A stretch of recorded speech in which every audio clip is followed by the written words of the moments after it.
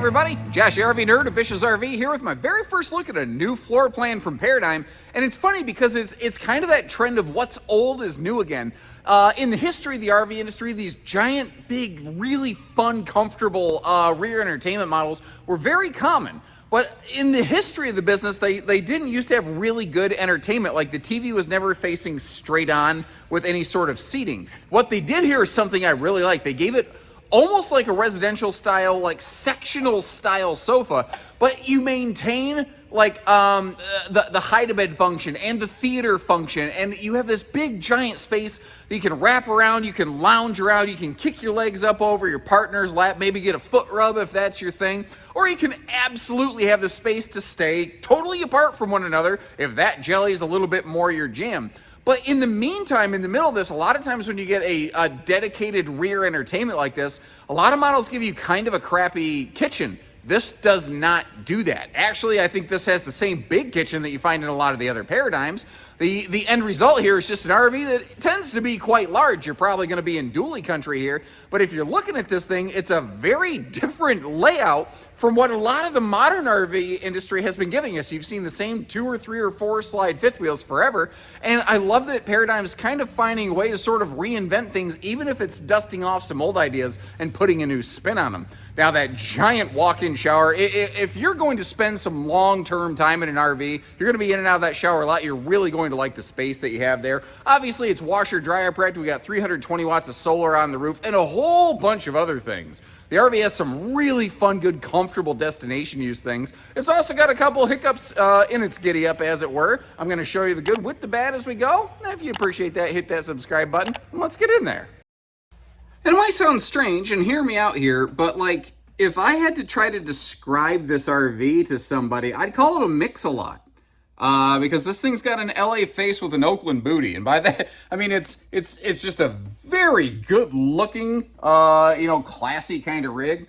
But it's got a big back end back here. I mean, you got these opposing slides dedicated to just the living room in that full rear den. Not to mention, you have opposing slides in the kitchen, and I haven't seen a kind of a lower deck like this in quite some time. I used to see stuff like this periodically for brands like like Montana, but I haven't seen stuff like this in a while. It seems like a lot of RVs have these elevated rear entertainments, and while that's cool, it doesn't give you kind of the space and the sort of borderline grandeur and comfort that this has. Something else that pretty much nobody else is doing, not nobody, because a couple other brands have started copying it off of Paradigm, is their factory standard triple AC system. And you might notice, it sounds strange to people that those are not centralized, but when we get upstairs, the bedroom and bathroom do have central air. Later in this video, I'm going to climb up on the roof where you can see the air conditioners, and I'm going to kind of break that thing down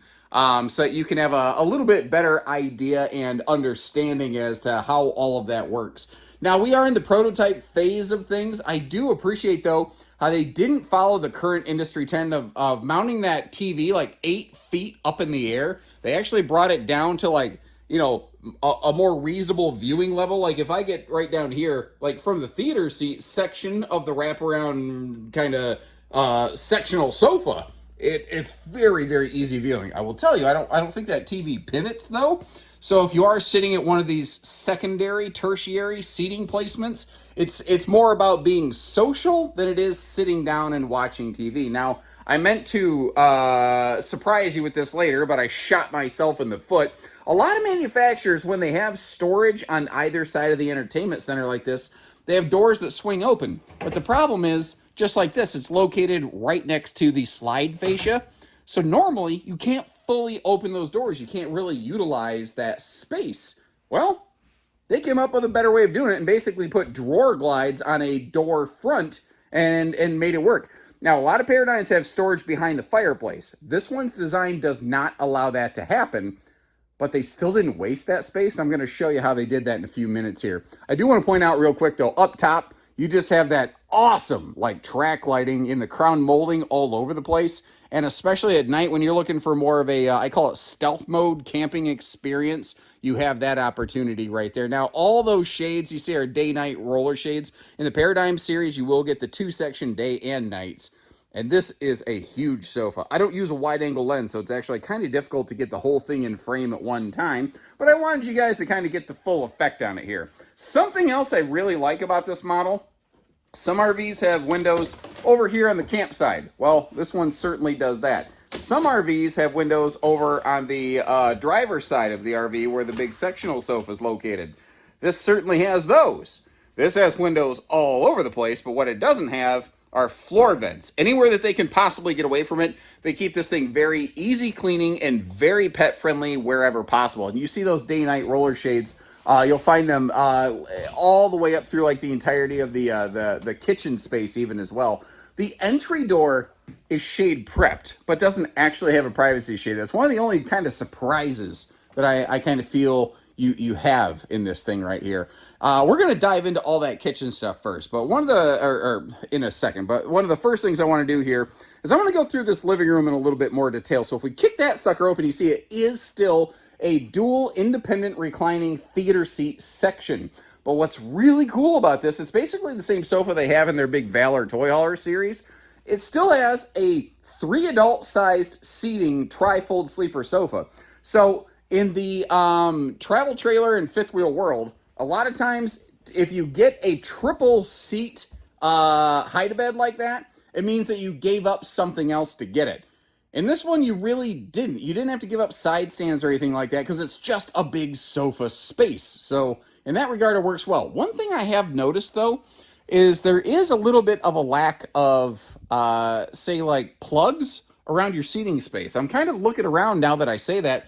I don't see any sort of household or USB plugs anywhere around these seats. Now, that could be a symptom of this being more of a prototype, or it could be a symptom of maybe nobody thought of it. So I'm going to mention that to the brand manager in an email after this, and if they can do something about it, they will. You know, it's kind of still in that phase where maybe there's some opportunities for a few things there. Now, this is kind of what I was saying in here, too.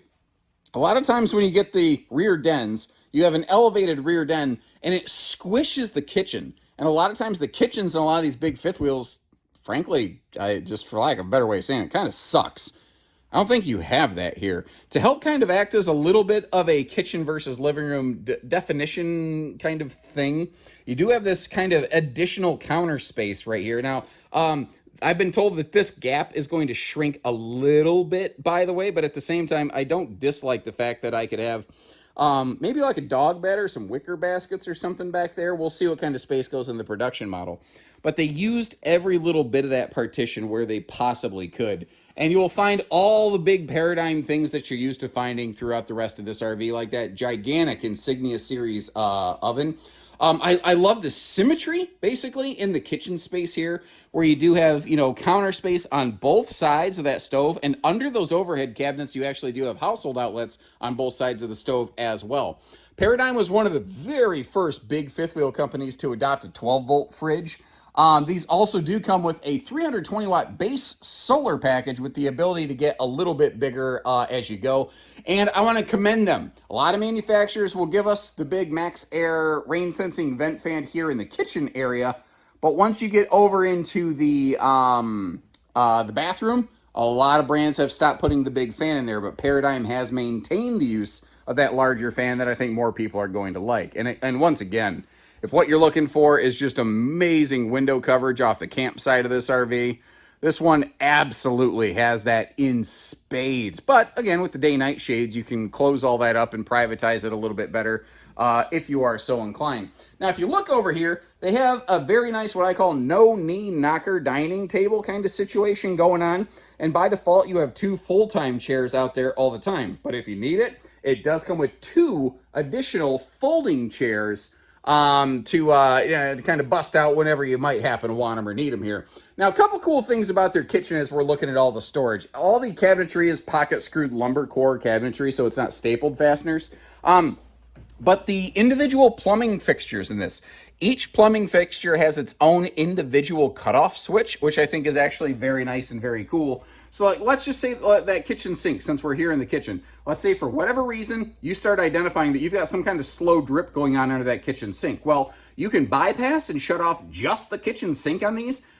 and not cripple the rest of your plumbing system. So you can still use your toilet, you can still use your shower, you can use all of your outside water facilities, and maybe for a trip, you do have an inconvenience, but you can still get through your trip. You don't have to cripple the entire water system for your entire RV. I think that's actually a really smart, really cool thing.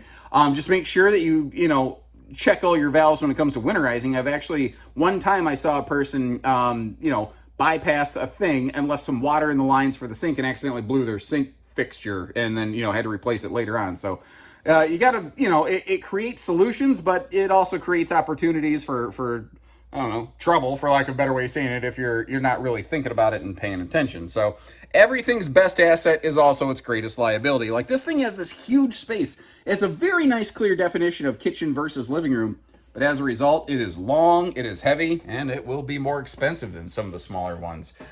Sliding our way up here, this is one of the areas where I think you really feel and enjoy the wide body nature of this RV. Because it is a 101-inch wide body RV, not only is like the living room and the kitchen bigger, but your smallest rooms, your bathroom and your bedroom, are also larger. And to me, these are the rooms that I think benefit most greatly from the extra space here.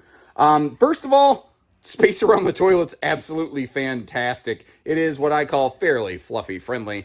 And if you are a person who either needs extra space or just enjoys the extra space, you will love the big shower in here. Now, that was a 300-pound rated fold-down seat, and as you can see, my headroom up here in this upper deck, there's absolutely no problems with a bigger person like me standing in this thing, and that's wearing a hat and shoes and everything else. Something they really nailed, though, if we crack that open, they gave this bathroom some really nice storage. And that is a funny thing that not every brand always does very well. Not every brand really gives us good storage space. You might notice an open pocket next to the toilet, though. Well, that's down low enough that if there was a door that swung open, it'd be hard to get to. So the best way they could make that accessible for you actually is to just leave it open, which I don't know that a lot of people would normally prefer open storage. I know I don't prefer open storage in a bathroom, but that's also low enough that you don't got to worry about stuff falling out at you, and at least you can get in there to access it when you need it. They did a good job of all that. They put a really good lighting package in here too. Something else it's interesting that they don't do, Paradigm and Alliance, they really don't do a lot of those like smart command systems where you can Bluetooth it to your phone. Because, they sound neat. Like, I'm a tech person. I like goofy little technology stuff like that. But if I'm being real, I don't know that I'm the person who's normally buying a giant Paradigm fifth wheel like this. I think it's probably people a little bit more like my parents. And I love my parents. They've done a good job, adopting technology for their age, but they're not real tech savvy people. And if I open the app and I link their phones to these RVs and I show them how it works for about 10 minutes, my dad will sit there and play with the buttons and he'll like it. And then he doesn't do it anymore. It just doesn't serve him any more purpose. So I think sometimes going simple and low tech really kind of is the best answer on an RV like this, but opinions can vary on that. Cracking this open, you might notice it's a RV king bed by default, but there is queen bed space under it. So if you want to size that down to a true queen bed, you absolutely can do that. That's one of the cool things here. Their front closet is set up for washer and dryer, and the space that you saw above my head in the shower is the same space that you're going to have in the upper deck of this. These are actually, it doesn't have a barreled ceiling or anything, but they have very good headroom in the upper deck. Sorry, my brain absolutely melted there. You also have motion lighting not motion lighting, dimmer switch lighting for the lights up here in the bedroom. So if you do want to kind of just dial it down a little bit, you can. And I haven't mentioned this, but all the TVs we're looking at, they're all smart TVs in case you want to hook them up to your, Netflix or whatever you feel like doing with it, or not. Now, road mode on this is about what I would expect from a big fifth wheel. Actually, I should mention, you see how I left the closet open? That's a major no-no. Those doors need to be slid shut, and then they bracket together so they don't jiggle bang while you're roller quaking down the road. Those are obviously technical terms. The bathroom being right over here, right next to the door, is a very travel accessible item for this. However, when we go downstairs, you're going to see that we can get to the refrigerator, but that's just about it. But I think that's about the most you could ever hope for out of a big rig like this, like being able to get to, use, and fully function in the living room. on a 5-slide fifth wheel. I don't know if that's necessarily a reasonable ask, but the refrigerator remains accessible here. One of the other things that I really liked, the way that they built this, they built it so that it basically all Jengas together, and you don't have to wrestle with the sofa to be able to close those slides. Like, you just push the button and you can see how it all Tetrises together basically. Now, what we're looking at is the prototype sofa, which actually does have a disconnecting section, but the final version, it won't need to do that. It won't need to do that at all. So you won't have to worry about accidentally busting the sofas, which historically was always a problem with those big residential like L styles. And like pretty much any Paradigm model, we are not half-ton towable here. Given the size of this thing, the weight categories, I don't know that dually is going to be a bad recommendation necessarily. Paradigms are a lot of things, but ultralight and small are not among those things.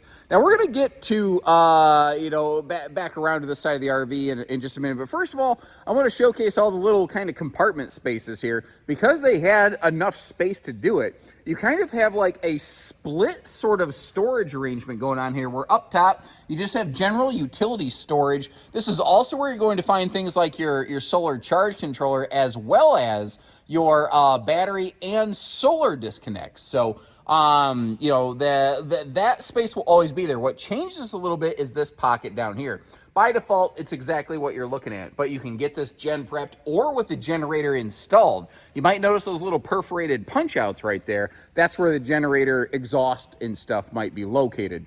Now, wrapping around here on the camp side of the RV, again, you've got this just massive basement space.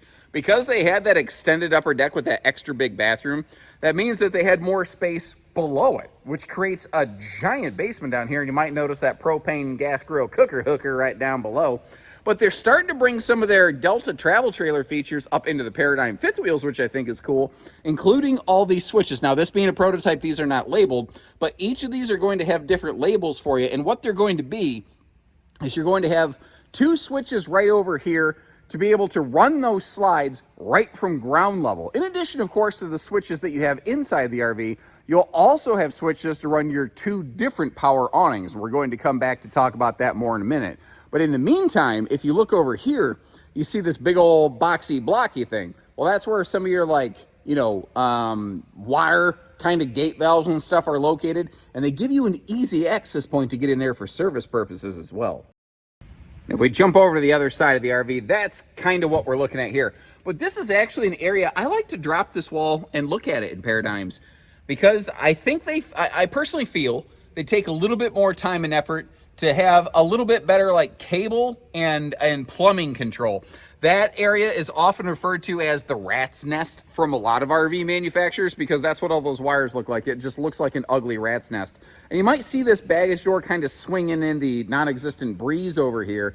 That probably won't be happening when this goes into production. Currently in the prototype phase, it does not have any sort of holdback. I have it on good authority. That will probably be changing so that it doesn't just fling around, because the other section, as you see, does have a magnet holdback. So they kind of had that upper deck bed slide to work around, and they're going to be doing a better job of that. But this is a major change for the Paradigm family. They have gone to electronic dump gate valves. What's kind of cool about this is you see how that one has the switch lit up. You can see at a glance if the gate valve is open or closed. So you don't necessarily ever have to get down at ground level and crawl around and hook anything up. Pull valves, that is. Like, you'll want to get your sewer stuff hooked up before you open your slides, because that is one thing I noticed. That sewer outlet, it is under that kitchen slide, but if you get all that stuff hooked up before you open your slides, then it's not a problem, because you never have to crawl under the slide to open the gate valve, if that makes sense. I am double checking with the factory. A question I asked them is, does that mean that you have a manual override in case of a power loss, or if that electronic motor fails? And they are verifying that for me. The individual who was behind the product development of this was actually family member was out sick, so he was home taking care of him today. So I didn't want to pester them, and they're working with engineering to get me an answer. Hopefully, by the time this footage comes out, I'll have an answer for you on screen. You see the dual power awnings here. This is very interesting. Remember, again, we already talked about how they have this extended upper deck. So you have a very good, reasonably sized forward awning, giving us some campsite space. But over here, it got a little trickier. Because you have two slides instead of one campsite super slide, they couldn't mount one awning on two moving surfaces. So what they did is they put their second awning to cover both of them. Now that means that you are losing a little bit of potential awning function space. In a sense, you could be gaining kind of a free slide awning topper-ish. Not exactly, but sort of. But it does still have that middle pocket right there. And you know what? Instead of me talking about it, I realize that I'm actually standing here where power's hooked up. Let me back up a little bit. I want to open that awning, and if you appreciate the extra little footage like this, maybe, I don't know, click the little like button or something on the video. Or don't. I can't tell you what to do. All right, so with the awning out, here's the space that we have available. You can see, I would say about 40% of the depth of the awning is occupied by those slides. Again, you do have that middle chunk that is fully functional and accessible. So I don't know. I guess I'll leave it up to you guys. Do you like this? Do you hate it? You know, I don't know how they could have done it any differently. I can't think of a way that they could have done it better. I think they did the best they could with the space they had. But I get that that may not be for everybody. You got to also keep in mind that not every RV is made to be the very best at every single thing. This RV focuses on interior living space first and foremost, and it focuses on outside patio space second. That's not the primary concern of this model. And that might mean that it doesn't work for you, and that's okay. It doesn't necessarily mean it's a bad RV, it just means it might not be the right fit for you. They have changed over their ladder here from the kind of round bar to the more square steel bar style. I think it still has the same weight rating. Actually, if I was paying attention, I would see that it actually has the weight rating sticker over here, and I would be incorrect about my presumption. Instead of a 250-pound rated ladder, that is a 300-pound rated ladder. So it actually is a ladder rated to hold more weight. Now on the back here, you have a 3,000-pound towing hitch, also with its own 300-pound vertical load limit. See the safety chain hooks and the four-way wiring harness there. I do like the vertical tail lights, although with one being partially obstructed by that ladder, I don't know, a third like tail light dead in the middle of that wall, I think would be actually kind of cool. Obviously they don't do that here, but I don't know. I think I would like it. So a few other details here for you. I think I mentioned it earlier, but this is a 101-inch wide body RV, so a little bit more space all the way around. But you may have noticed if you back the video up, they mount the leveling legs on the outside of the chassis frame rails. It's a wide stance leveling system, and the benefit of that, not only is the 6-point hydraulic, it also provides better stability. Now your walls and your main floor decking in this are basically like effectively woodless. They are using Asdel on both side layers. It's aluminum framed and laminated. The idea there being to help manage some of the weight because this is a big rig and they are trying to keep the weight category from getting way too out of whack. And again, one of the other really kind of defining things that Paradigm has always done is what they're doing with their air conditioners up top. Because from day one, these have had and still maintain a triple air conditioner system right from the factory. A lot of brands will give you prep for a third air conditioner up in these big fifth wheels, but Paradigm's always been standard triple air, giving us 40,500 BTUs of cooling power. But the thing is, the way that they have them set up with only having ducting just shared between the bedroom and bathroom up front, not having, like, if you think about it, the sun is just baking the roof of this thing, right? Well, if you've got air conditioning ducting up in your roof attic, it's hot in there. Well, if your air conditioning ducting is getting hot, then it's not effectively cooling the RV as much as it otherwise could. So by limiting their central ducting only to the two smallest rooms of the RV and then keeping everything else non-ducted, they're really giving all of that cooling power directly into the cabin of the RV as directly as possible. And as a result, it cools the RV very well. And if you get on like their owners forums and stuff, people sure seem to think that they cool the RV quickly and keep it cool even in the hotter climates. And customer feedback to me always reigns supreme. And you may have noticed that big solar panel we looked at. That's a 320 watt factory standard solar panel. And that's standard on these. That helps offset a lot of that bigger 12 volt fridge draw, although if you're gonna be a hardcore boondocker, that alone may not necessarily do what you need it to do, but it's a heck of a nice start. And if you are interested, they call it Solar Plus or Max Plus.